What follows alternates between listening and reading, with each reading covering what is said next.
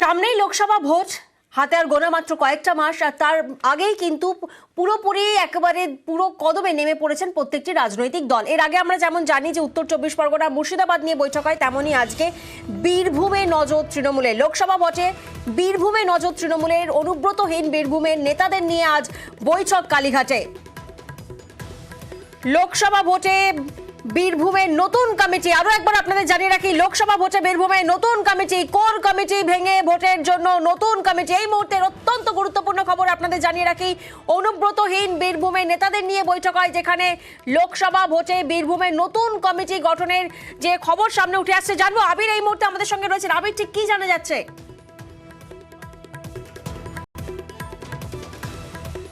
নজনের যে কমিটি, যেটা অনুব্রত মণ্ডল গ্রেপ্তার হবার পর যে কোর কমিটি তৈরি করে দেওয়া হয়েছিল, সেই কোর কমিটি ভেঙে দেওয়া হলো। 5 সদস্যের নতুন কমিটি তৈরি করে দেওয়া হয়েছে। সেই 5 সদস্যের কোর কমিটি আপাতত বীরভূমের সংগঠন দেখবে। কোর কমিটির মধ্যে রয়েছেন সুদীপ্ত ঘোষ, রয়েছেন অভিজিৎ সিনহা, রয়েছেন বিকাশ রায়চৌধুরী, রয়েছেন চন্দ্রনাথ সিনহা এবং আশিস বন্দ্যোপাধ্যায়, তারা রয়েছেন। একই সঙ্গে কাজল শেখ, তাকে নানুর এবং কেতুগ্রাম, এই দুটো জায়গা দেখতে বলেছে। তুমি জানো যে নানুর কাজল শেখের নিজের জায়গা এবং কেতুগ্রামে তার পরিবার সেখানে থাকে। ফলে এই দুটো বিধানসভা কেন্দ্র, যা বোলপুর লোকসভার মধ্যে অত্যন্ত গুরুত্বপূর্ণ, দুটো দেখতে বলা হয়েছে।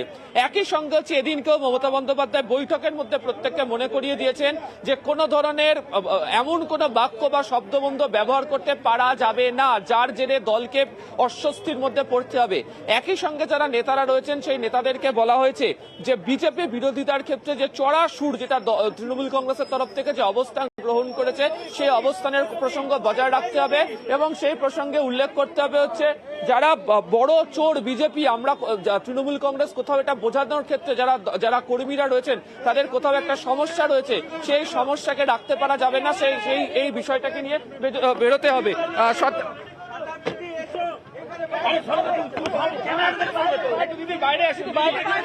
শতাব্দী রায় এই মুহূর্তে সাংসদ, তিনি আসছেন। বৈঠক শেষ হয়েছে,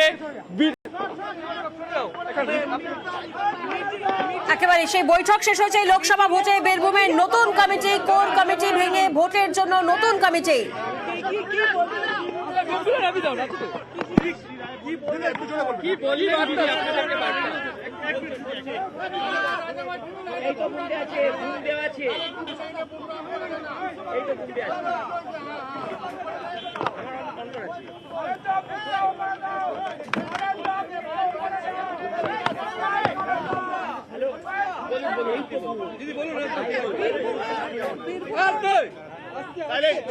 বীরভূমে ইলেকশনে 5 জনের একটা কমিটি করা হয়েছে, যে কমিটিতে আশিস ব্যানার্জি, চন্দ্রনাথ সিনহা, বিকাশ রায়চৌধুরী, রানা সিং আর সুদীপ্ত ঘোষ 5 জন আছে এবং বাকি যখন যাকে যাকে দরকার হবে তাকে তাকে নিয়ে কাজ করা হবে। আর কিছু কিছু কোন এক্স্যাক্টলি বিধানসভা মনে নেই, সে কিছু কিছু জায়গায় দায়িত্ব দেওয়া হয়েছে, দুটো করে বিধানসভা দায়িত্ব দেওয়া হয়েছে, যেগুলো তাদের দায়িত্বে ইলেকশন হবে এবং বাকি ইলেকশনের কথা। কোর কমিটিতে কাজল শেখ নেই কেন? মমতা ব্যানার্জি জানে। আমি বিজেপি বিরোধিতাদের বার্তা মমতা বন্দ্যোপাধ্যায় আজকে দিলেন বিজেপি বিরোধিতার ক্ষেত্রে। হ্যাঁ, বিজেপি বিরোধিতার ক্ষেত্রে, কারণ বিজেপি যেগুলো আমরা করছি সেগুলোর মধ্যে গিয়েও বিজেপি পোস্টারিং করে দিচ্ছে বা নাম দিচ্ছে, যেখানে বারবার দিদি সব মিটিংয়ে আপনাদেরকেও বলে যে কোথায় কোথায় কতগুলো ভাগ আমাদের আছে, রাজ্য থেকে কোন প্রকল্পে কত টাকা দিচ্ছি, কিন্তু তাহলেও নাম হচ্ছে, মানে ওরা নাম দেওয়ার জন্য ব্যস্ত হচ্ছে। এবং যখন আমাদের স্কিমগুলোতে, যে স্কিমের অনেক স্কিম ওরা বন্ধ করে দিয়েছে, অনেক স্কিম টাকা দেয়নি, সেগুলো আমাদের সরকার দিয়ে করছে সেগুলো। এবং বিজেপির এই একই কথা যে ধর্ম যার যার উৎসব সভা, সেটা সবসময় জায়গা যে বিজেপি যেগুলো করছে আরোপিত চাপিয়ে দেওয়া হচ্ছে, ধর্মের নাম করে রাজনীতি করা হচ্ছে, সেগুলো নিশ্চয়ই আমরা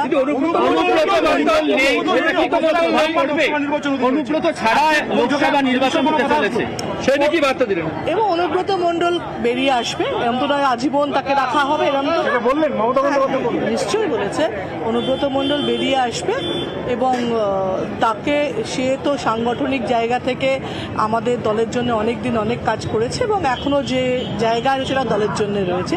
সুতরাং তাকে সম্মান দেওয়া, তাকে ভুলে না যাওয়ার ব্যাপার, যে তাকে তার সব সংগঠনকে উল্টে ফেলা, এরকম হবে না।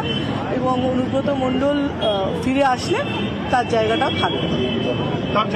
তার জায়গা মানে তার যে সাংগঠনিক জায়গাগুলো ছিল, যারা তার সংগঠনে ছিল, তাদেরকে একদম পাল্টে দিয়ে দেওয়ার ভাবনা যেন কেউ না ভাবে।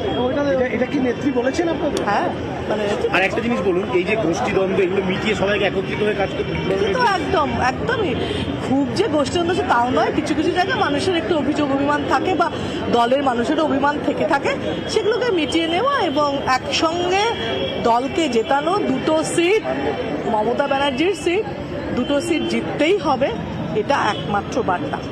জোট নিয়ে কিছু বলেছেন? জোট নিয়ে কোনো আজকে রাহুল গান্ধী তিনি বলেছেন যে মমতা বন্দ্যোপাধ্যায়ের সাথে ব্যক্তিগত সম্পর্ক ভালো, দুপক্ষই কেউ কোনো কথা বলে ফেলে কিন্তু তার প্রভাব পড়বে না, জোট একটা আকার নিচ্ছে। আজকে জোট নিয়ে কোনো বক্তব্য? এগুলো যেটা আমার, সেটা মনে হয় না আমার এখানে বলার কথা, সেটা আমি বলবো না। দিদি যদি কখনো বলুন